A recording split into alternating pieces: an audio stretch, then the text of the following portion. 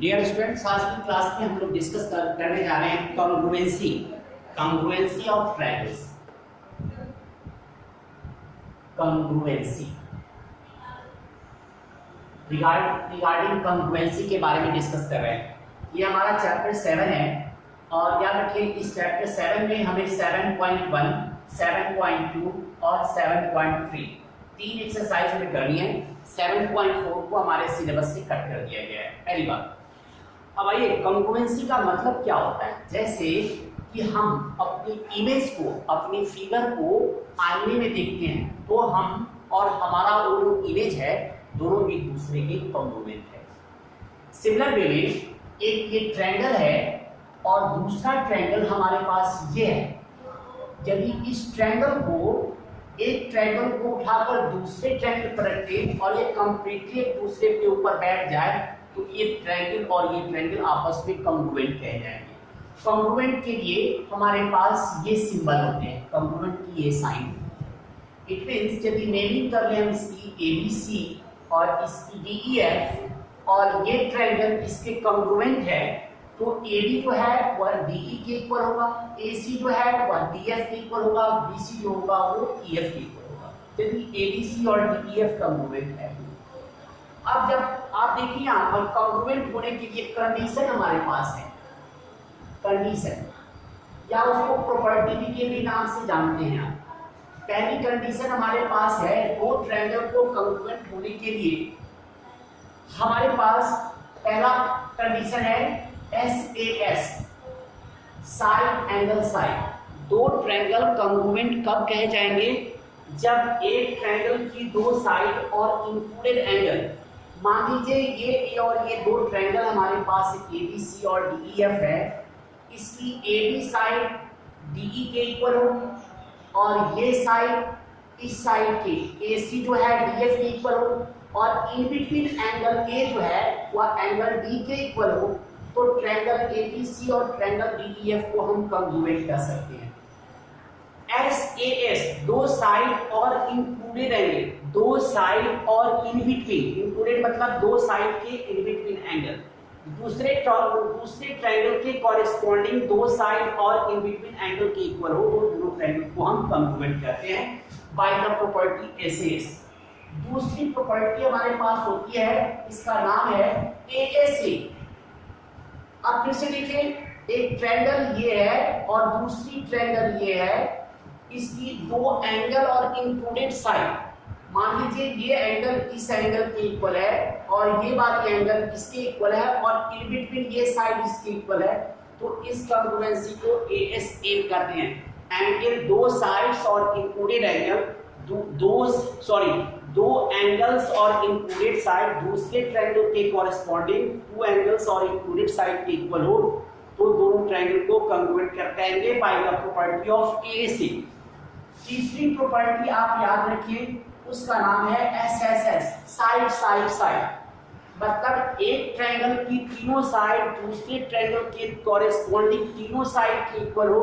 जैसे यह साइड इस साइड के इक्वल, बेस वाली बेस के इक्वल, थर्ड साइड के इक्वल हो, तो इस ट्रायंगल को इस ट्रायंगल के कॉन्ग्रुएंट कहेंगे by the property of SSS। और लास्ट प्रॉपर्टी जो है वो हम लोग यूज करते हैं RHS। ये सिर्फ जो है आप राइट ट्रायंगल में यूज करेंगे। ये दो राइट ट्रायंगल कॉन्ग्रुएंट होंगे, कब होंगे? जब इसकी means right with 90 degree. 90 degree का मतलब ही हो गया कि दो राइट ट्रायंगल की बात करेंगे। H फॉर हाइपोटेनस, एक राइट ट्रायंगल की हाइपोटेनस दूसरे राइट ट्रायंगल की हाइपोटेनस के इक्वल हो। एंड S फॉर साइड, और कोई भी एक साइड या तो इसकी परपेंडिकुलर के इक्वल हो या परपेंडिकुलर बेस के इक्वल हो। मतलब दो राइट ट्रायंगल में दोनों की हाइपोटेनस इक्वल हो और कोई भी एक साइड किसी भी एक साइड के इक्वल हो, तो by the condition of RHS इस दो राइट ट्रायंगल को हम कॉन्ग्रुएंट कर सकते हैं। RHS वाली कंडीशन सिर्फ राइट ट्रायंगल में अप्लाई होता है। तो एक बार फिर से देखिए, साइड एंगल साइड, दो साइड्स इन बिटवीन एंगल, यदि दो ट्रायंगल के दूसरे ट्रायंगल के दो साइड्स इन बिटवीन एंगल के इक्वल हो तो SS की प्रॉपर्टी होगी। ए से क्या हुआ, दो एंगल इंक्लूडेड साइड के इक्वल हो तो इसे ए से भी कह सकते हैं। यहां पर कभी कभी एएस कंडीशन भी हम लोग अप्लाई कर लेते हैं क्वेश्चन में। तीसरी प्रॉपर्टी हमारे पास है, एक ट्रायंगल की तीनों साइड दूसरे ट्रायंगल के कॉरेस्पॉन्डिंग तीनों साइड के इक्वल हो तो दोनों ट्रायंगल को कंग्रुएंट करते हैं। और चौथी प्रॉपर्टी हमारे पास है आरएचएस, ये सिर्फ राइट ट्रायंगल में अप्लाई करते हैं। एक राइट ट्रायंगल की हाइपोटेनस दूसरे के हाइपोटेनस से इक्वल हो और कोई एक साइड किसी एक साइड के इक्वल हो तो ये दोनों ट्रायंगल को हम कंग्रुएंट कहते हैं। अब इसमें आइए कुछ क्वेश्चन देखते हैं, सॉल्व करते हैं। एक्सरसाइज 7.1 की बात कर रहे हैं। एक्सरसाइज 7.1 में हमारे पास पहला क्वेश्चन देखें। क्वेश्चन हमारे पास दी गई है, in quadrilateral ABCD AC equal to, हमारे पास फिगर दी गई है, तो फिगर को हम बना लें। ये हमारे पास इस तरह से है, ये साइड इस तरह से, ये C पॉइंट है आपके पास, यहाँ पर इस तरह से आपके पास ये D पॉइंट है। क्वेश्चन में आपको दी गई है ये एंगल और ये एंगल इक्वल है और ये साइड इस साइड के इक्वल दिया गया है। हमारे पास सबसे फर्स्ट क्वेश्चन है, पहले लिखते हैं गिवन में हमारे पास है in ABCD, in quadrilateral ABCD AC equal to AD and angle CAB equal to angle DAB। To prove क्या करनी है, टू प्रूव लिखकर डैश दे, triangle ABC congruent triangle ABD, हमें ये प्रूव करनी है। अब आप प्रूफ लिखकर डैश दें, in triangle ABC and triangle ABD क्या क्या इक्वल है, AC equal to AD given, AD equal to AD common, AB दोनों में कॉमन है और angle CAB equal to angle DAB ये भी आपके पास गिवन है। आप खुद से देखिए प्रॉपर्टी, दो साइड इन बिटवीन एंगल, इसके भी दो साइड इन बिटवीन एंगल के इक्वल है, तो therefore triangle ABC congruent triangle ABD, इस प्रॉपर्टी से by SAS congruency, hence proof हमारे पास इस तरह से क्वेश्चन सॉल्व हो जाएंगे। फिर से देखिए एक और क्वेश्चन सॉल्व करने की कोशिश करते हैं। क्वेश्चन नंबर 2,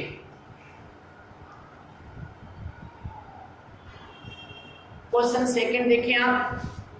क्वेश्चन 2 में यहां भी हमारे पास फिगर दिया गया है, इस फिगर को हम लोग बना लें पहले। इस तरह से हमारे पास फिगर है,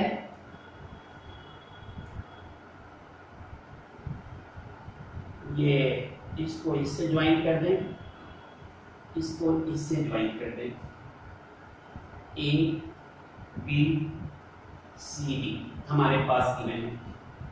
तो गिवन में लिखेंगे, क्वेश्चन 2 है ये, गिवन हमारे पास है in ABCD, in quadrilateral ABCD AD equal to BC and angle DAB ये हमारे पास एंगल बन रहा है, ये इक्वल टू एंगल CBA हमारे पास दिया गया, ठीक है। तो टू प्रूव क्या करनी है आपके पास, दो पार्ट प्रूव करना है। पहला प्रूव करना है triangle ABD congruent triangle BAC। दूसरा पार्ट प्रूव करनी हमारे पास कि angle ABD equal to angle BAC। Proof लिखकर टेस्ट में हम लोग सेम मेथड है।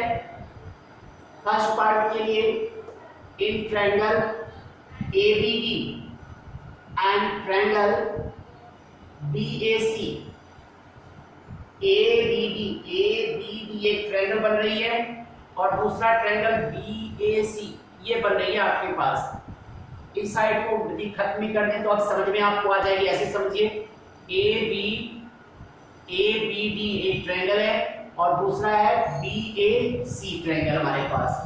अब इसमें देखिए क्या क्या इक्वल है। सबसे पहले देखिए AB इक्वल टू AB क्या है, कॉमन है, कॉमन। इसके बाद क्या दिया गया है, AD और BC इक्वल है, AD equal to BC, AD equal to BC हमारे पास ये गिवन है। और angle DAB equal to angle CBA ये भी आपके पास गिवन है। तो इस तरह क्या देखें कि therefore triangle ABD congruent triangle BAC by SAS congruency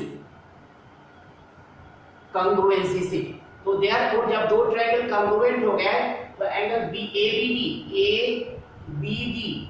मतलब ये एंगल जो होगा एंगल BAC के इक्वल हो जाएगा। देयरफॉर एंगल दूसरे पार्ट के लिए angle ABD equal to angle BAC by CPCT। जब दो ट्रायंगल इक्वल हो तो उनके कॉरेस्पॉन्डिंग पार्ट्स जो होते हैं वो इक्वल होते हैं। इसलिए जब ये दोनों ट्रायंगल इक्वल हो गए तो उसके कॉरेस्पॉन्डिंग पार्ट इक्वल हो गए। इसको लिखने की जगह से बाय CPCT आप कह सकते हैं। तो इस तरह से इसे आप सॉल्व कर सकते हैं। इस एक्सरसाइज के अंदर सारे क्वेश्चन इसी तरह सॉल्व करनी है। अब आपकी ये होमवर्क बन जा रही है, exercise 7.1 do all. Thank you.